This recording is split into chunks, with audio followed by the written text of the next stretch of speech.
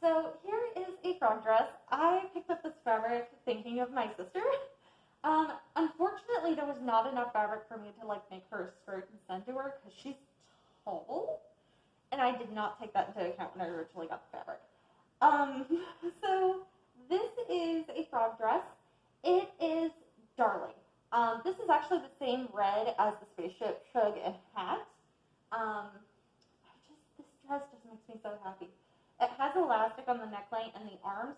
Originally, the pattern has ties in the back, but if you were to actually tie it with the ruffles here and here, I feel like it makes it look odd versus just letting all of the tiers just hang.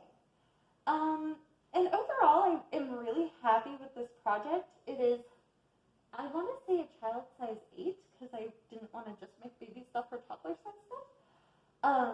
So if you like just something that's quick and easy, this pattern is very easy. Another thing that I will say about the neckline is instead of the neckline being curved and then trying to make a casing for the elastic on a curve, it's straight after you put the sleeves on. So much easier to make a casing on a straight seam than it is when you're trying to do it on curves. So highly, highly recommend this pattern. You'll see it when I show what fabrics I used. Again, just cotton. I did roll hem the edge instead of hemming it. You'll notice on a lot of these I rolled hem because I just love the look of a rolled hem. Here is another dress, and these are actually all wrong side facings. I am making C from this pattern. It is one of my favorites. I've actually made this before, a very long time ago. So I have chosen frogs. I have had this fabric for a very long time, and because the frog print is so large, I couldn't use it for other projects I really wanted. So I unearthed this pattern again, and I went, yes. Yes, yes, yes, yes, yes. You'll also see a reappearance of the same red fabric I'm using on a different pattern. So this is a very simple cut because you have your front, your back, your two sleeves. Again, this is going to make a casing on the top, so it is very, very flat for the sleeves. And then you're going to have the first tier of your skirt and then the second tier of your skirt. And isn't that going to look so gorgeous together? When you are doing this, keep in mind of kind of how, when things gather, will it still look nice? Because that's one thing that I sometimes forget to think about, is that when it gathers right here and right here, is that still going to look good? And I actually experimented a bit with these, and I thought it still looked great, so we're keeping with it. You can tell me whether or not you agree, but we'll keep on trucking along. So we're starting on the frog dress. We're going to start with attaching the sleeves to the bodice in the same way that we did the bodice and sleeves for the three-piece.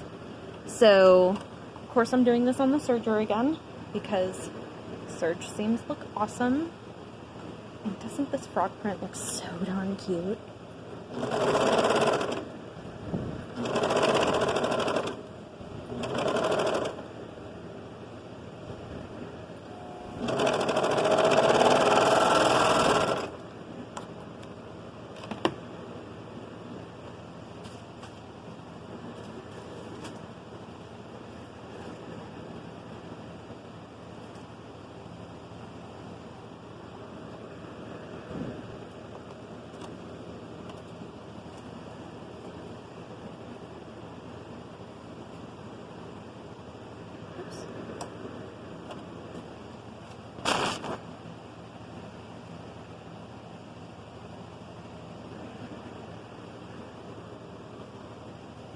It would be helpful to keep in mind which ones are your sleeves and which ones are your bodice, because I almost sewed the front and back to each other instead of to the sleeve.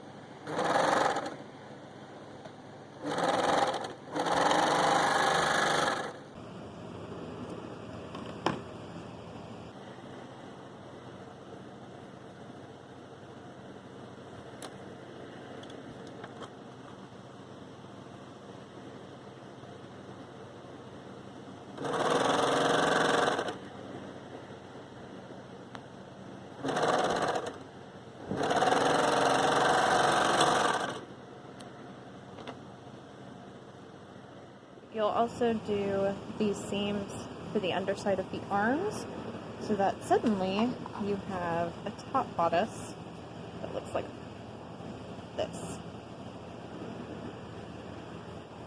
And then the arm sleeves are down here. Then you're going to go ahead and do the side seams of both skirts, starting with the red one because it happens to be on the top of my pile.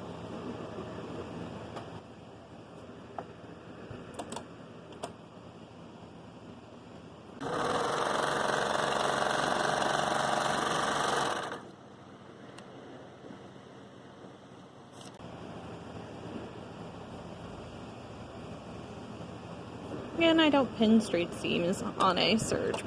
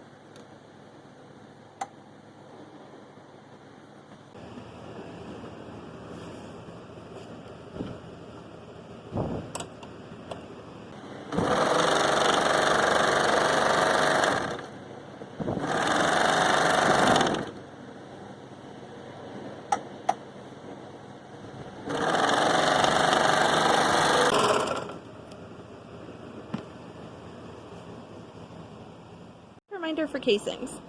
Pro way to do it on a straight edge is to pin either seam and then tug, because it will automatically, if you've cut on the straight grain and it is a straight line, it will just turn. And then you can just pin it. Because this dress is basically uniform, there is no front or back, it's just toss it on a kid, I have determined I want this to be my front and this to be my back, at least in terms of casing. So what I'm going to do is I'm going to start on one of these side seams in the back, and I'm going to start my casing. I don't start in the middle of the back because I think that would, if it was accidentally worn the other way, then it's going to be really obvious where the hole is for the casing. So sew on the edge of your casing.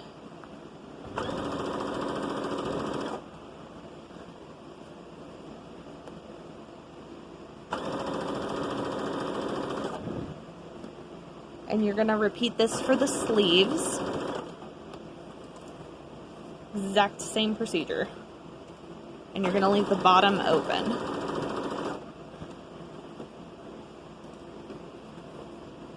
I'm getting poked with so many things. And then you can go ahead and take a safety pin attached to your elastic and push it all the way through. If you're confused by this process, go ahead and look at my 3-piece outfit or my cowgirl outfit, because I will have shown this in depth on those videos. It's just, I have sacrificed my good safety pin for the good of all, and unfortunately I have not gotten a replacement at this time. So I will show the dress when it's complete, instead of trying to find casing. Or find a safety pin in order to put the elastic into the casing right this very moment. Oh my, this neckline keeps going on forever.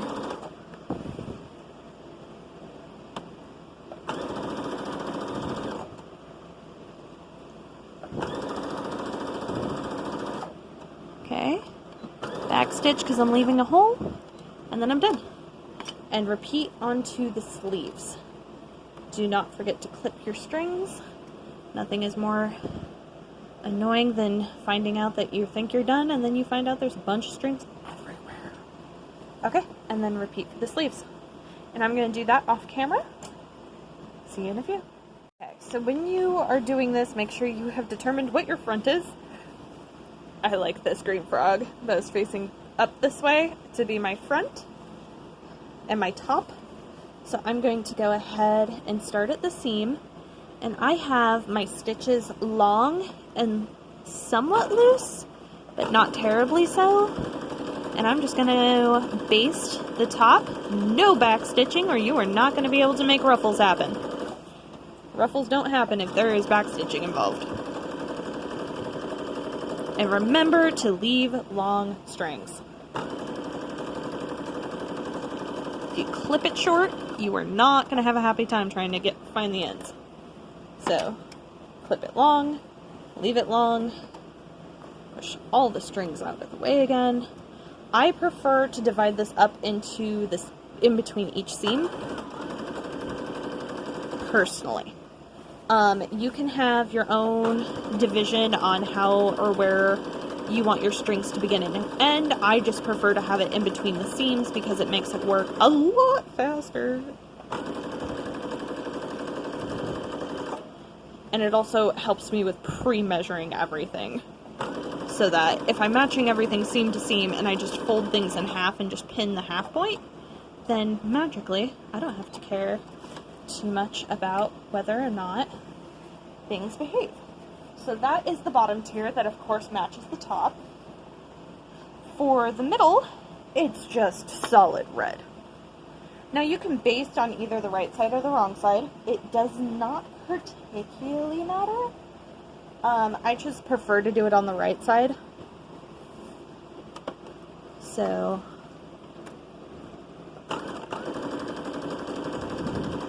basting all over again. And I'm not going to do this on the bottom because the bottom isn't going to be gathered on either of these tiers. Same with the bodice. So I have 2 points of gathering, and then a neckline on the top and a hem on the bottom. Giant circles for the win! You know, there was one time I actually worked with a giant circle, and I actually turned it to a Mobius because I accidentally twisted one of the seams when I did it, and I almost rage quit right in that moment because I was so mad at myself. If you think I know better, yeah, no, I make mistakes all the time. All the time. All the time. Like that cherry dress. I forgot to cut 2 skirt panels. I had to go figure out what I did with the rest of the remnants in order to go cut more.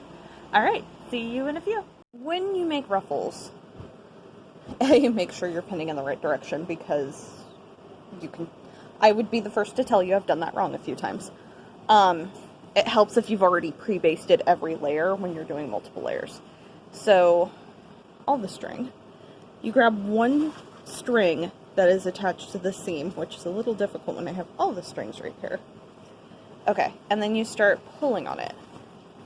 And as you pull on it, it gathers the fabric. And then you just move the fabric while holding onto that thread over.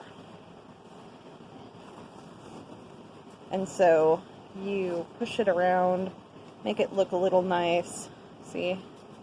Line it up on the bottom fabric and put a pin.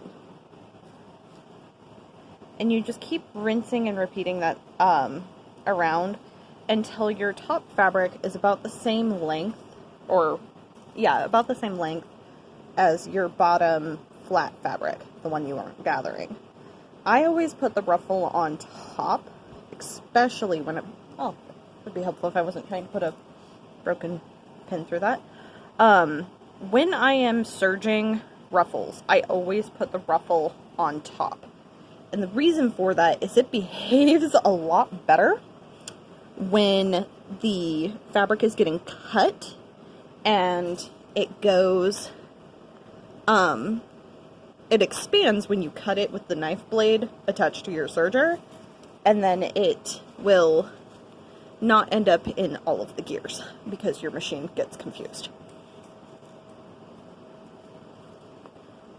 Okay, so I already pinned all the other ruffles and just left that one for you guys to observe. So now I'm ready to go ahead and use the serger. And I'm starting with the bottom ruffle and attaching it to the middle red one. And I'm going to start on the side, and the first thing I'm going to do is pull all of these strings this way, so they are more out of my way. Lift up the foot, take out the pins. I tend to put the pins in sideways when I do this because of the fact that I can see them better. And again, pardon the kitten, he's playing with the packing material on the floor because my kitten is cheap to entertain. Okay. Remember to adjust as needed. You don't need to go in one continuous, see what I mean about it going down easier? You don't need to be feeding this in one continuous, like, never stopping loop. Is not the purpose of a serger. It is constant readjusting so you don't accidentally sew the wrong layer.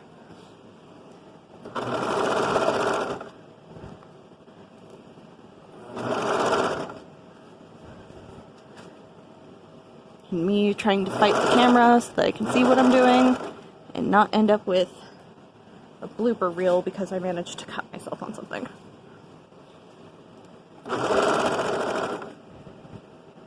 See, always be aware of where your pins are. Because this will cut pins, but it dulls the blade every time. Not that I don't need a new serger anyway, but I'd rather not hasten the process.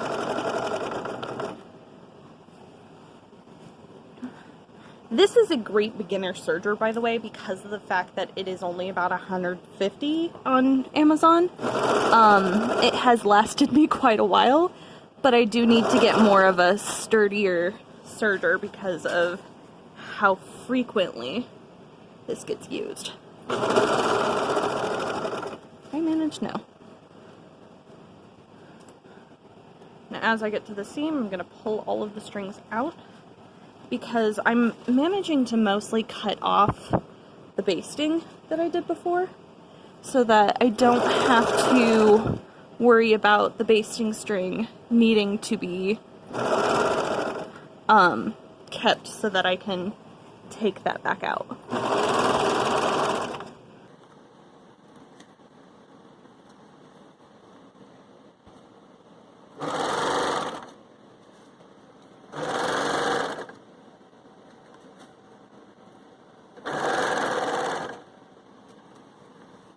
Well, we're over halfway through. Not managed to break a needle yet.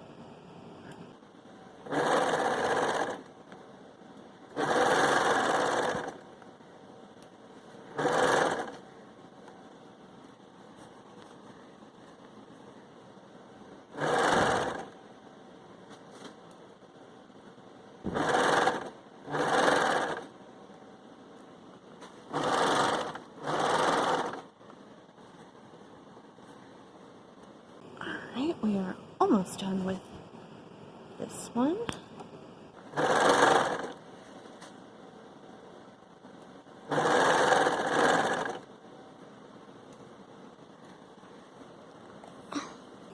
Everything as flat as it's going to behave to be.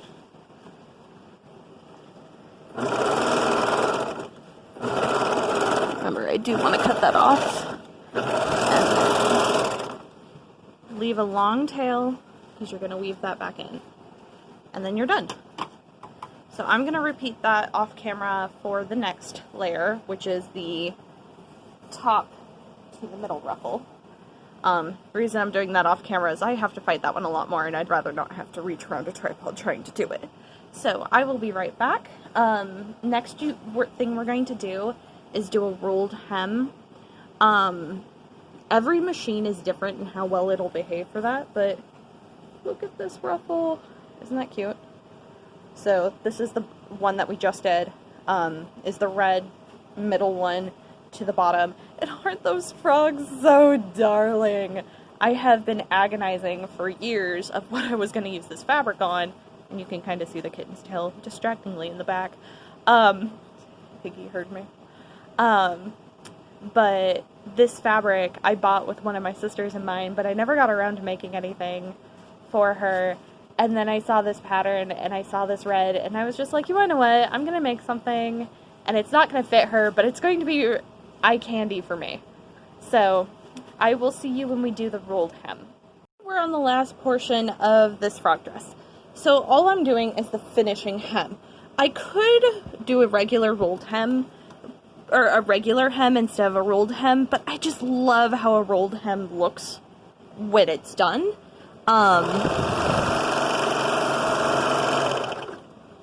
The determination of whether or not I do a rolled hem highly depends on whether or not there's ruffles involved and whether or not I want to set up my serger.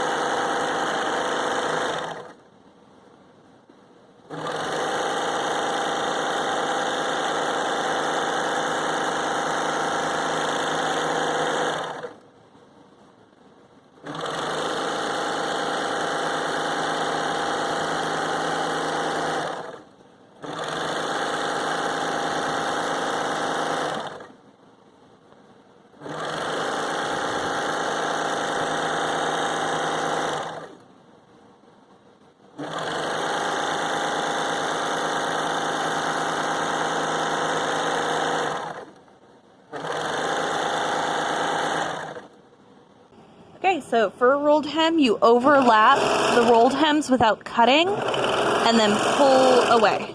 And then you just clip it. Oh. Looks like I made a boo-boo early on.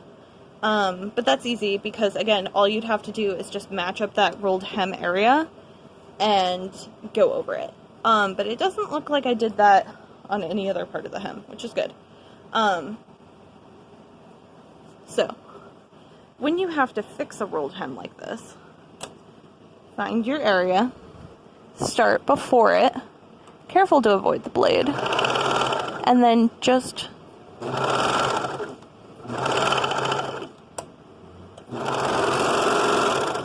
go over it again. Oh, but that seems to have still not fixed it.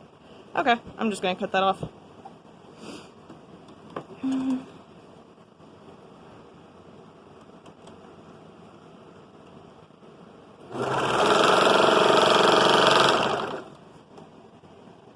Oh, that went inside.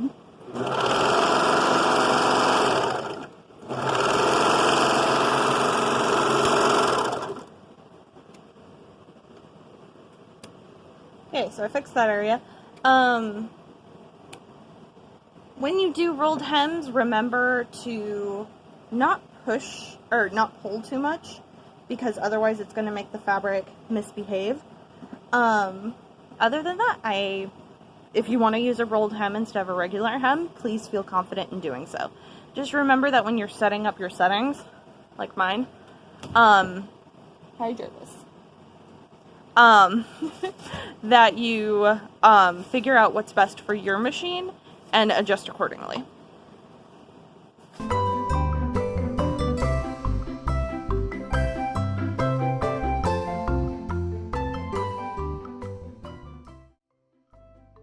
My big boy on the top of his very tall cat tree. His head is currently above mine, and so is the camera. If you like videos like this or just want to see chunky boys like Ranger, please like, comment, and subscribe. Is that my big boy? Oh, I love you.